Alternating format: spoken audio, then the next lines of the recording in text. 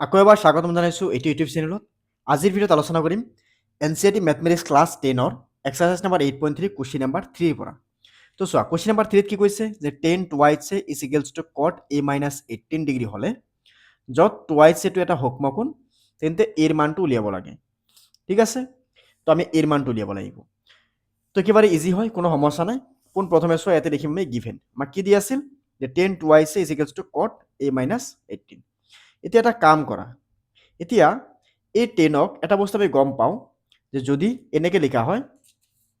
মানে কট 90 মাইনাছ এ মানে কি আছিল 10a, তেতিয়াহ'লে 10a মানে কি কট 90 মাইনাছ এ। এতিয়া ইয়াতে 10a ঠাইত কি আছে জাষ্ট টুৱাইচ এ আছে, তেতিয়াহ'লে এইটোক আমি চেঞ্জ কৰি কিনে কট 90 মাইনাছ টুৱাইচ এ এনেকৈ লিখিব পাৰিম না? অবভিয়াছলি পাৰিম। তেতিয়াহ'লে এনেকৈ লিখি দিয়া।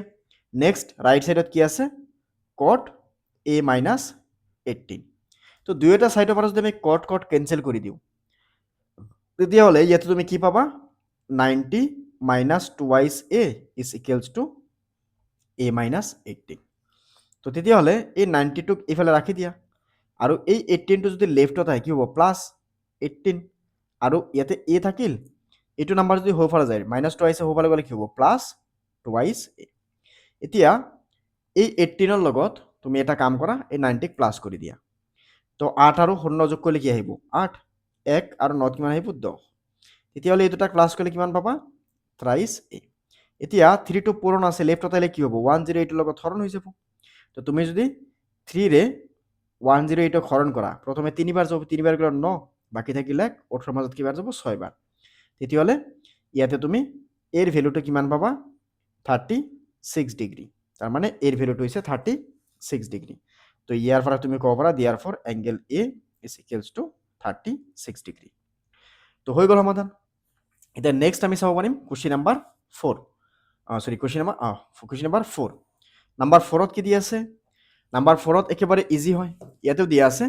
যদি 10a is equals to cot b হয় তেন্তে প্ৰমাণ কৰিব লাগে যে a plus B is equals to 90 degree. তো ইয়াতে কোৱা হৈছে আমাক, ইয়াতে দিয়া আছে গিভেন, লিখিবা গিভেন বা দিয়া আছে, ইয়াতে আমাক কি দিয়া আছে? ইয়াতে দিয়া আছে 10a is equals two 10b। আমাক প্ৰমাণ কৰিব লাগে যে a plus B is equals to 90 degree. তো চোৱা 10ক তুমি চেঞ্জ কৰিলে 10a is equals two 10b নহয়, আমাক দিয়া আছে 10a is equals to cot b. তো তেতিয়াহ'লে চোৱা 10ক চেঞ্জ কৰিলে আমি কি লিখিব পাৰিম কট 90 মাইনাছ এ লিখিব পাৰিম ইজ ইকুৱেলছ টু কি লিখিব পাৰা কট বি, হয়নে নাই? 10ক চেঞ্জ কৰিলে আমি কি লিখিব পাৰি 10a মানে কি আছিল 10a মানে কট 90 মাইনাছ এ। অ'কে, তো লিখি দিলোঁ এইটো। তো তেতিয়াহ'লে এইটো লিখাৰ লগে লগে তুমি ইয়াতে দুয়োটা ছাইডৰ পৰা যদি কট কট কেঞ্চেল কৰা কি পাবা 90 minus a is equals to b. তেতিয়াহ'লে ইয়াৰ পৰা যদি লিখি দিয়া 90, তেতিয়াহ'লে এইফালে কি লিখিব লাগিব বি আৰু মাইনাছ এ হ'বলৈ গ'লে কি হ'ব প্লাছ এ। তাৰমানে A plus B is equals to 90 degree. হৈ গ'ল সমাধান, একেবাৰে ইজি হয়। চ' এটা কাম কৰিবা, এইটো চেনেলত কেৱল মেথছ নহয়, ইংলিছ, এছামিছ, ছ'চিয়েল প্ৰতিটো বস্তু মই বা প্ৰতিটো বিষয় মই আলোচনা কৰি আছোঁ। চ' চেনেলটো যদি এতিয়ালৈকে ছাবস্ক্ৰাইব কৰা নাই নিশ্চয় ছাবস্ক্ৰাইব কৰি দিবা আৰু ভিডিঅ'বোৰ যদি বুজি পাই আছা বা ভাল লাগি আছে নিশ্চয় লাইক কৰিবা, লগতে কমেণ্ট কৰি জনাব নাপাহৰিবা। ঠিক আছে, এতিয়া চোৱা নেক্সট কুৱেশ্যন নাম্বাৰ আমি চাম 6ত কি কৈছে 6টো ইম্পৰ্টেণ্ট হয়, অকণমান ভালকৈ চাবা। যদি এ বি চি কোনকেইটা ত্ৰিভুজ এ বি চিৰ অন্তকোণ হয় তেন্তে দেখুৱাব লাগে যে sine B plus C by 2 is equals to cos A. Okay, sine B plus C is equals to কি দেখাব লাগে? এইটোক দেখাব লাগে কছ এ বুলি। তো ইমানো টাফ নহয়। আৰু তাৰ আগতে কুৱেশ্যন নাম্বাৰ এইটো 4 হ'ল, এই 5টো ছল্ভ কৰিব লাগিব। 5ত কি আছে sec 4a is equals to cosec A minus 2। 4a সূক্ষ্ম কোণ হ'লে এৰ মান উলিয়াব লাগে। ইয়াতে কি কৈছে sec 4a is equal to cosec A minus 20। Question number 5 ইয়াতে আমাক দিয়া আছে যে sec 4a is equals to cosec a minus 20, তেন্তে এর ভ্যালুটো উলিয়াব লাগে। তো এইটো একেবাৰে ইজি হয়, এইটো কি লিখা চেক। তো চেকক আমি চেঞ্জ কৰিলে কি লিখিব পাৰি? চেকক চেঞ্জ কৰিলে চেক কাৰ সমান আছিল cosec 90 মাইনাছ এৰ সমান আছিল। তো চেকক চেঞ্জ কৰি মানে ইয়াতে চেক 4x চেঞ্জ কৰি ইয়াতে লিখি দিয়া যে cosec 90 মাইনাছ 4a আৰু এইফালে লিখি দিয়া cosec a minus 20 লিখিলোঁ লিখাৰ লগে লগে এইবাৰ both side পৰা cosec cosec cancel কৰা তেতিয়ালে কি পাবা 90 minus 4a আৰু ইয়াতে পাবা a minus 20 তেতিয়ালে এটা কাম কৰো 90 আৰু এইটো minus 20 লেফটত লৈ আহিলে কি হ'ব plus 20 হৈ যাব আৰু ইয়াতে কি আছে a minus 4 হোপালে গলে কি হ'ব plus 4a minus 4 হোপালে গলে আহিব plus 4a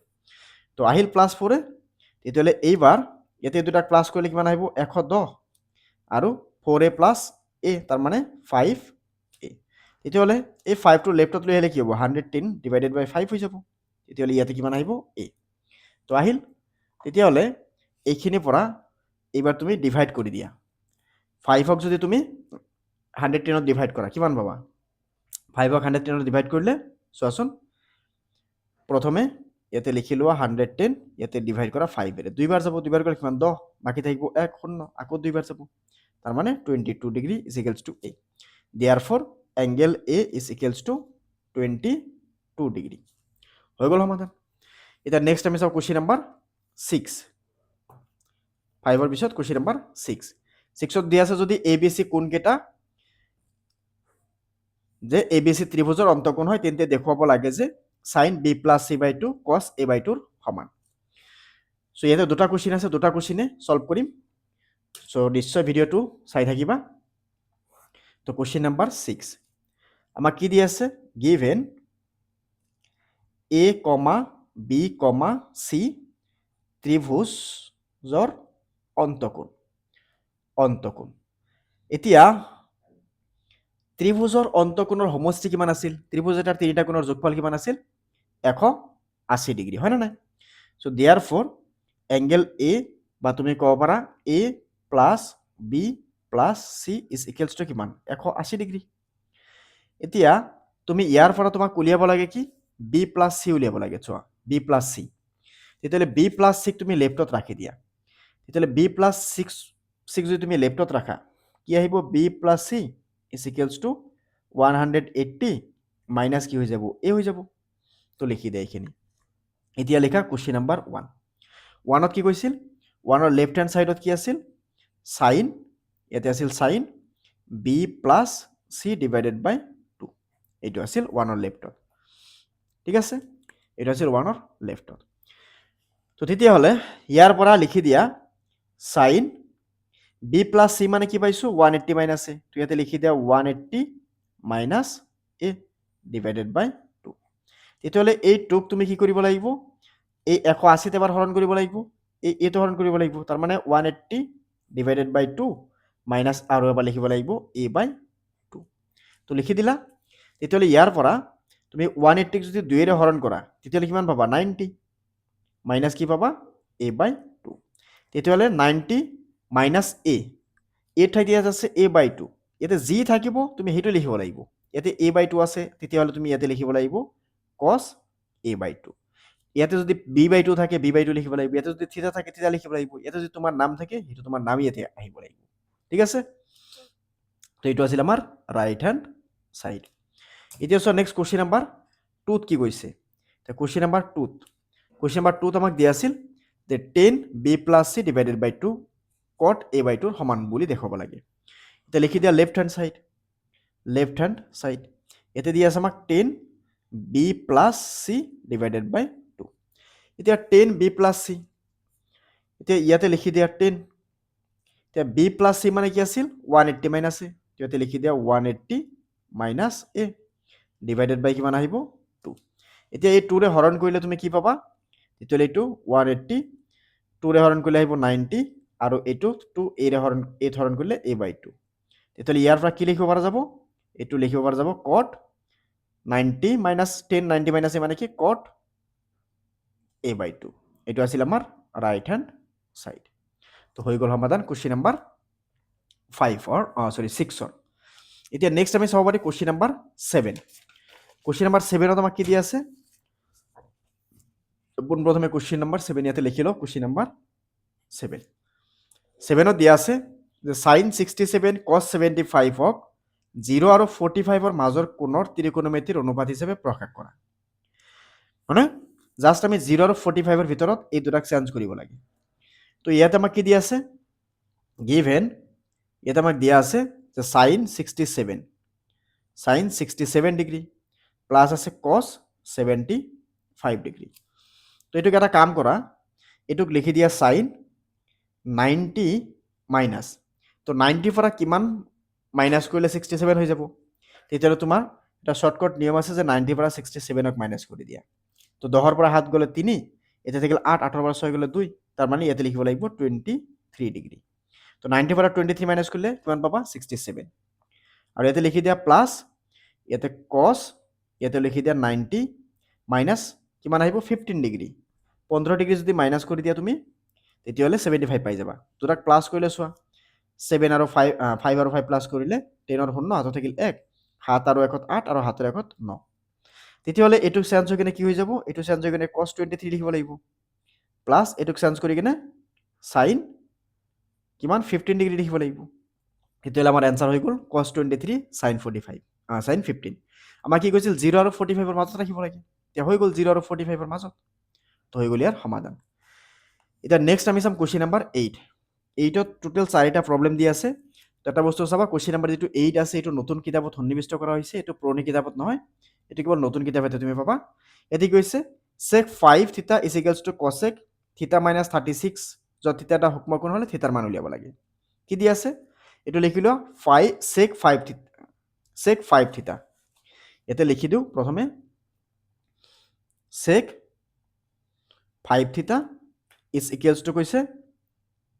cosec থিটা মাইনাছ 36, এইটো আমাক দিয়া আছে গিভেন। তেতিয়াহ'লে নেক্সট আমাৰ কাম কি হ'ব, এতিয়া এটাই কাম, এই চেকক আমি কচেক বনাব লাগিব আৰু বহুত চাইডৰ পৰা কচেক চেঞ্জ কৰিব লাগিব। তো চোৱা, চেকক কেতিয়া কচেক বনাব পাৰি, যেতিয়া কচেক 90 মাইনাছ এ লিখিব পাৰি, তেতিয়াহ'লে এইটোক কি লিখিম আমি, কচেক 90 মাইনাছ 5 থিটা, আৰু এইফালে কি আছে কচেক থিটা মাইনাছ 36, লিখি দিলা এইখিনি। তেতিয়াহ'লে এইখিনি লিখাৰ লগে লগে বহুত চাইডৰ পৰা কচেক কেঞ্চেল কৰিলে কি পাবা, 90 মাইনাছ 5 থিটা ইজ ইকুৱেলছ টু থিটা মাইনাছ 36, তেতিয়াহ'লে ইয়াতে 90 ৰাখি দিয়া, আৰু এইটো 36 সোঁফালে আহিলে কি হ'ব, প্লাছ হৈ যাব,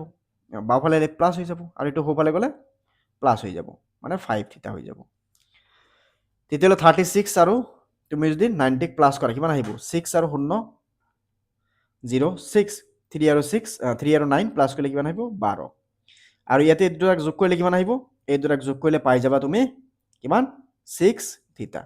তেতিয়াহ'লে এই 6ক লেফ্টত আহিলে কি হ'ব, 126 divided by 6 is equals to theta. তো দিয়াৰ ফৰ তুমি ইয়াতে 6 যাব, ইয়াতে কেইবাৰ 2 বাৰ, 6ৰ মাজত 1 বাৰ, তাৰ মানে থিটাৰ ভেলু কিমান পালা 21, দিয়াৰ ফৰ থিটা ইজ ইকুৱেলছ টু 21, হৈ গ'ল সমাধান। একেদৰে এইবাৰ চাম আমি কুৱেশ্যন নাম্বাৰ 2। তো নাম্বাৰ 2, তো নাম্বাৰ 2ত চোৱা কি আছে, sine a is equals to cos 33 degree, এৰ মান যদি 90তকৈ সৰু হয় তেতিয়াহ'লে এৰ মান উলিয়াব লাগে। Sine a is equal to cos কিমান 33, ইয়াতে ধুনীয়াকৈ লিখি দিয়া,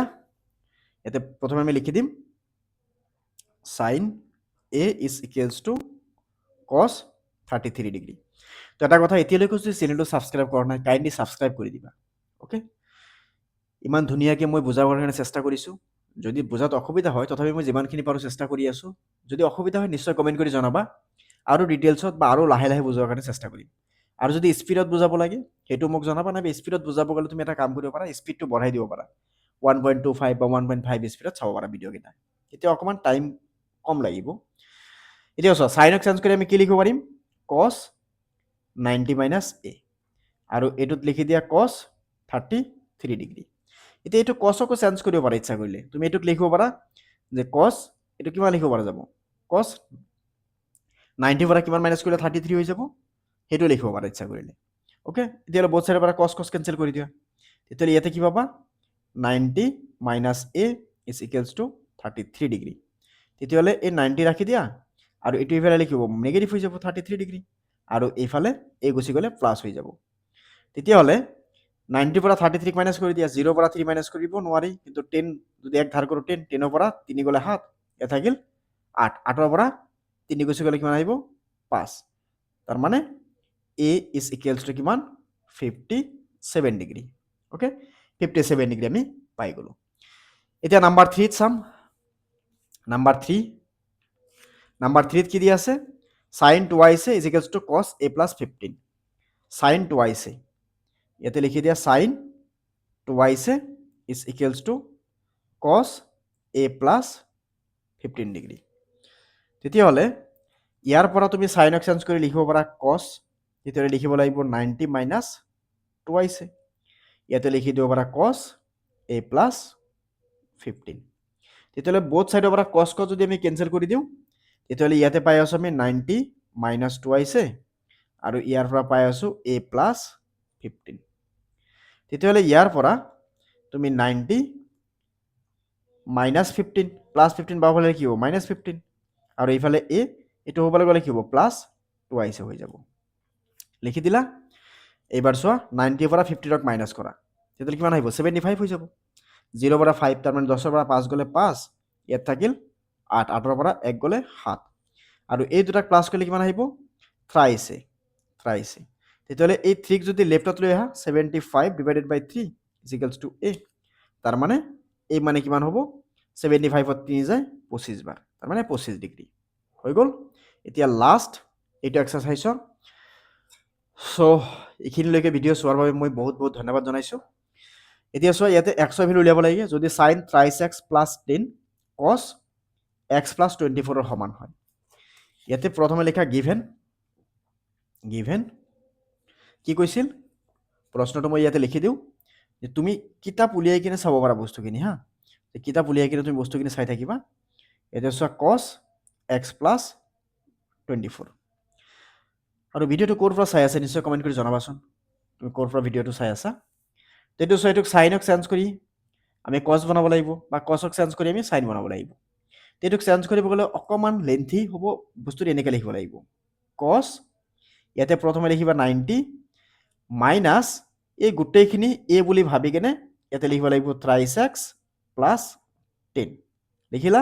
আৰু এইফালে লিখি দিয়া cos x plus 24 তেতিয়াহ'লে ইয়াৰ পৰা cos কেনসেল কৰি ইয়াতে কি পাবা 90 মাইনাছ thrice x plus 10 আৰু এইফালে কি আছে x plus 24 তো তেতিয়াহ'লে ইয়াৰ পৰা যদি তুমি চোৱা এটো প্ৰথমে লিখি দিয়া ইয়াতে 90 ইয়াতে মাইনাছৰ লগত প্লাছ চিহ্ন লিখিব মাইনাছ thrice x মাইনাছৰ লগত প্লাছ চিহ্ন হ'লে মাইনাছ 10 আৰু ইয়াৰ পৰা 24 ক লেফটত লৈ আহিব লাগিব এটো নেক্সট লাইনত লৈ আহিম দিয়া প্লাছ 24 তেতিয়াহ'লে x থকাখিনি ৰাইট সাইডত লৈ যোৱা x নথকাখিনি বাওঁফালে লৈ আহা তো ইয়াতে লিখা 90 মাইনাছ 10 ইয়াতে লিখি দিয়া মাইনাছ 24 আৰু ইয়াতে x মাইনাছ thrice x হ'বলৈ গ'লে কিব প্লাছ thrice x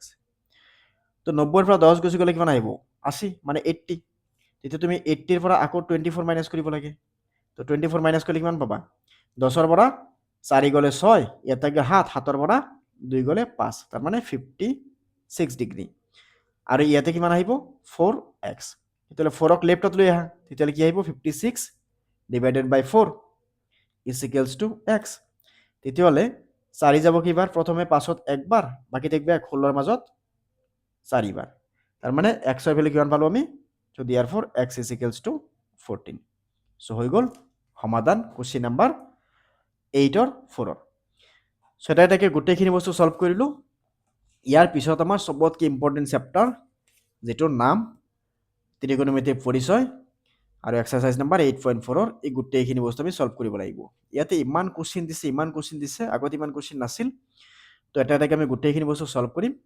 চিন্তা কৰিব নালাগে দিয়া মই গোটেইখিনি বস্তু সলভ কৰিম জাস্ট তোমালোকে মোৰ ভিডিঅ'টো চাই থাকিবা লগতে শেয়াৰ কৰিবা কমেন্ট কৰিবা লগতে সাবস্ক্ৰাইব কৰিব নাপাহৰিবা ঠিক আছে যদি ভিডিঅ' এটাৰ ভিউজ আহে তেতিয়া বা কমেন্টছ আহে তেতিয়াহে পঢ়াই কিনে ভাল লাগে যদি তোমালোকে সাপোজ ক্লাছত বহি যে চুপচাপ মনে মনে বহি থাকা টিচাৰৰ লগত তোমালোকে যদি কমিউনিকেট নকৰা টিচাৰে বুজি পালা নে নাই হোদাৰ পিছত যদি হাই না নকৰা তেতিয়াহ'লে টিচাৰে কেনে গম পাব যে তুমি বুজি পাই আছা নাই তেতিয়া টিচাৰৰ ভাল নালাগে তো হে কমেন্ট কৰিবা ঠিক আছে সো আমি আকৌ লগ পাম পৰৱৰ্তী ভিডিঅ'ত ধন্যবাদ